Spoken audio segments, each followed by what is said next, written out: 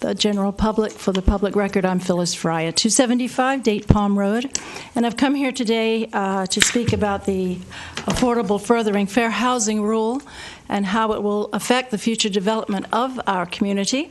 On July 8th, 2015, a little less than a year ago, the Secretary of Housing and Urban Development, Julian Castro, announced the finalization of the Affordable Furthering Fair Housing Rule. This is a 377-page ruling, but I've condensed it into about a 10-minute presentation.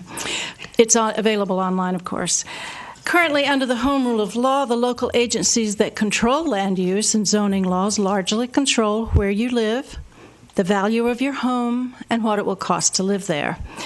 Right now, these factors are controlled by our community and local officials who reflect our living preferences. HUD and the AFFH rule is about to change that. The Fair Housing Act of 1968 was created to end community discrimination and segregation. HUD housing grants led that battle. By 2015, the administration concluded that not enough was being done and that HUD had not been aggressive enough in managing grant money at a local level. The response was for a new regulation, the Affirmatively Furthering Fair Housing Rule. Under AFFH, if you accept HUD grants, the Community Development Block Grant, for example, in order to assure fair housing compliance, their agencies can control your land use, your zoning laws, and force you to join a region, and here's how. HUD requires these grant applicants to complete an assessment of fair housing. This involves a house-by-house analysis of data involving race, ethnicity, concentrations of poverty, English proficiency, disabilities, and housing. Next, you will list a community resources such as better schools, jobs, transportation, housing, parks, and recreation facilities.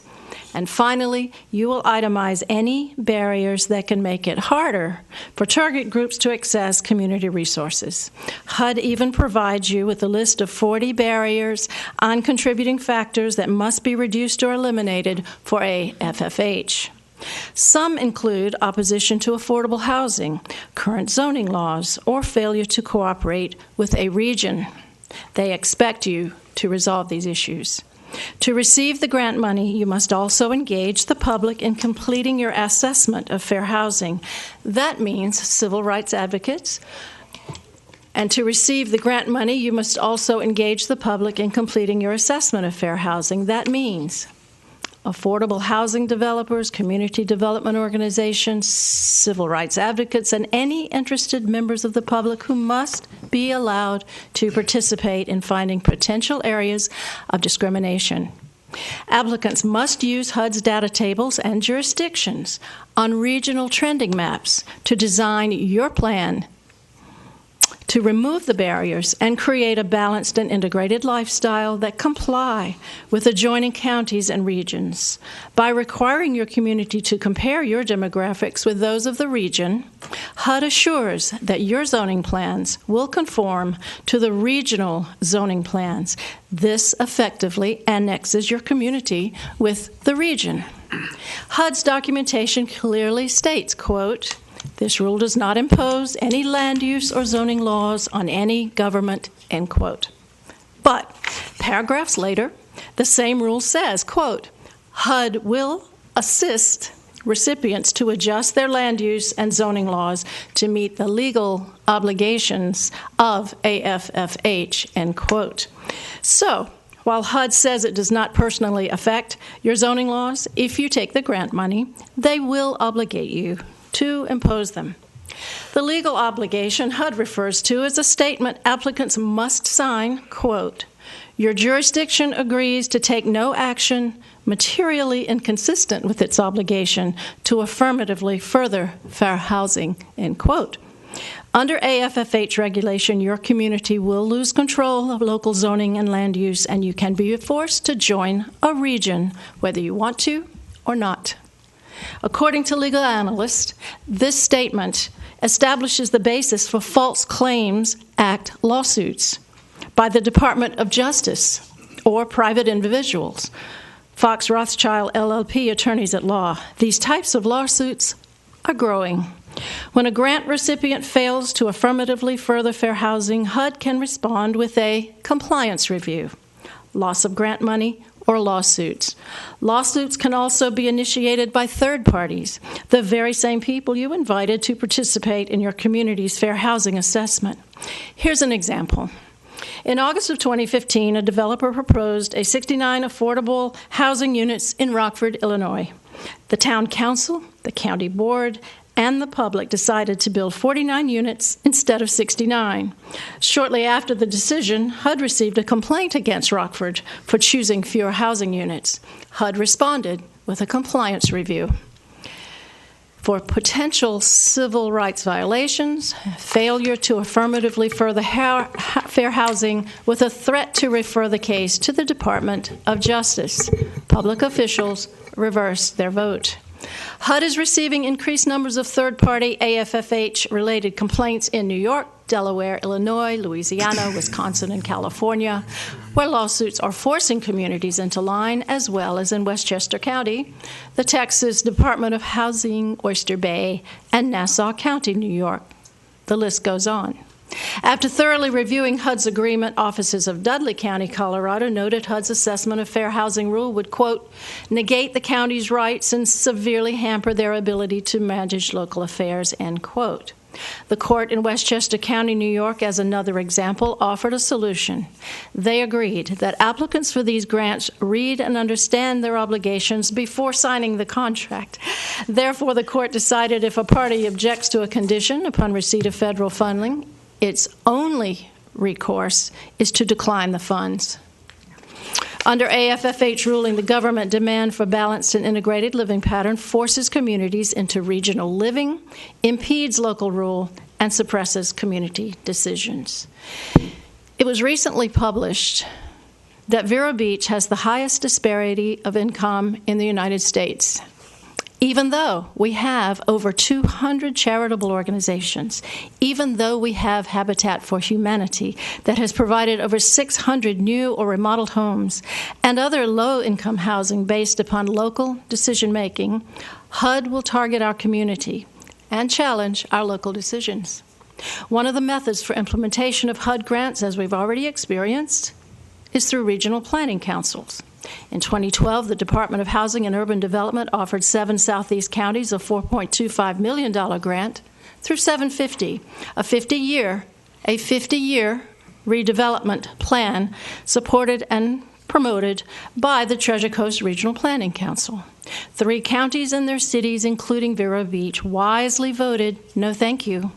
But under the new AFFH rule, they will be returning to our area.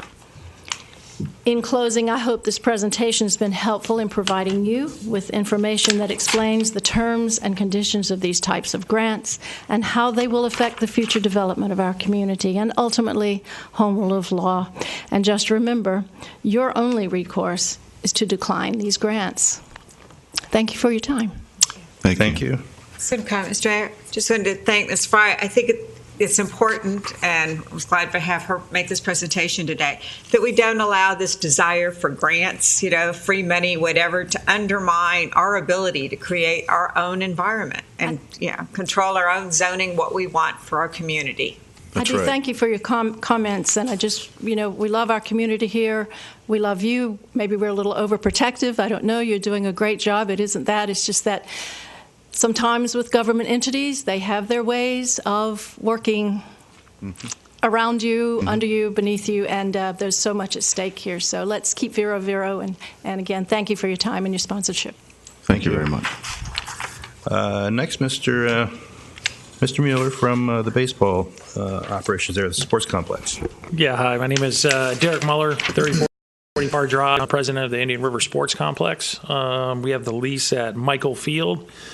We went to the Recreation Commission. What we're looking to do is, I don't know if you guys all have the picture, what we're proposing to do. Basically fencing in one of the 4 sandlot fields to make it a more playable, useful field.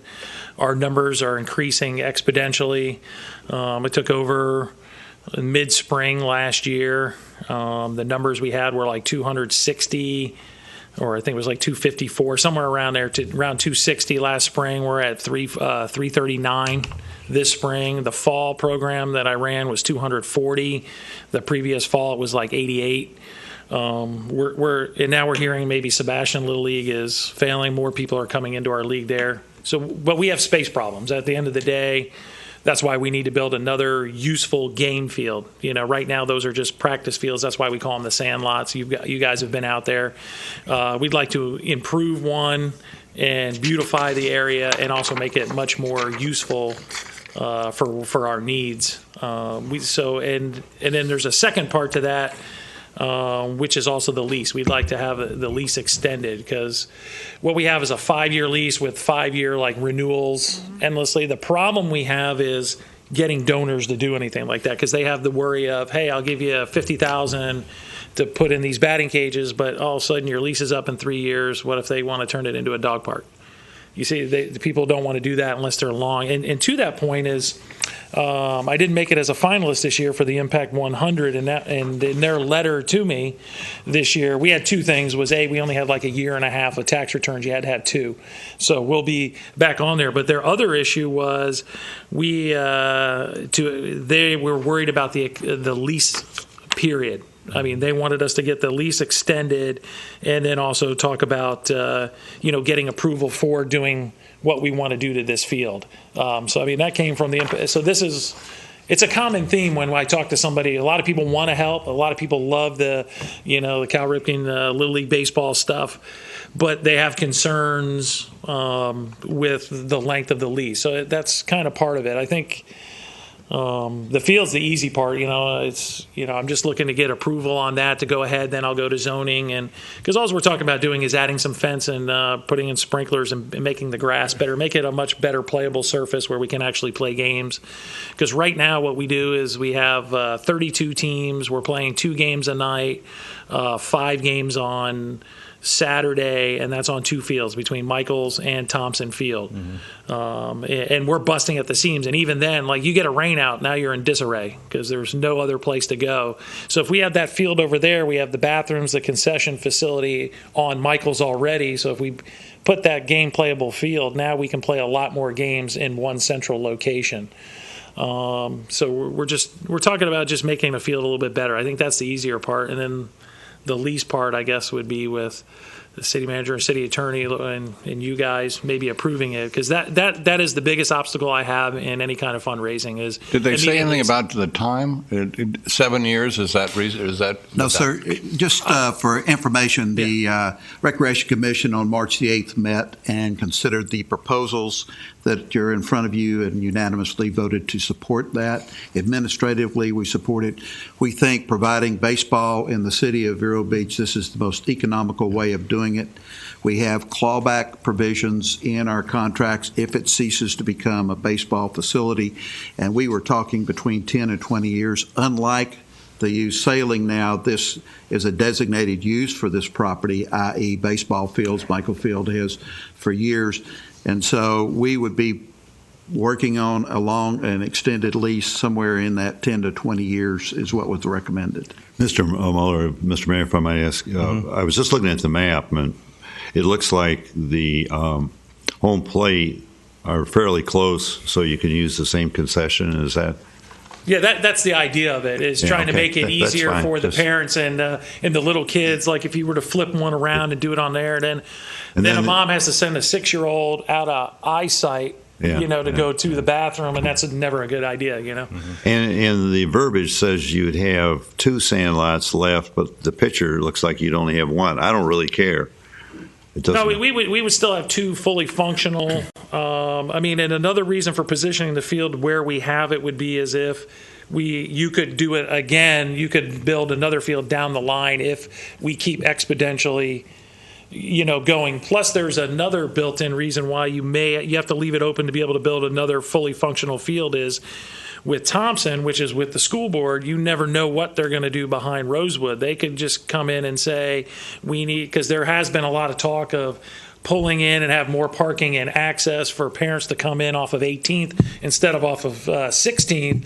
So there's always been that kind of, I don't want to say threat, but that idea that's around you that at any time that field could be gone, which would be, like I said, that's half our game field facilities. That's why this is almost not only out of need right now, but also kind of hedging against that eventuality if it was ever to happen.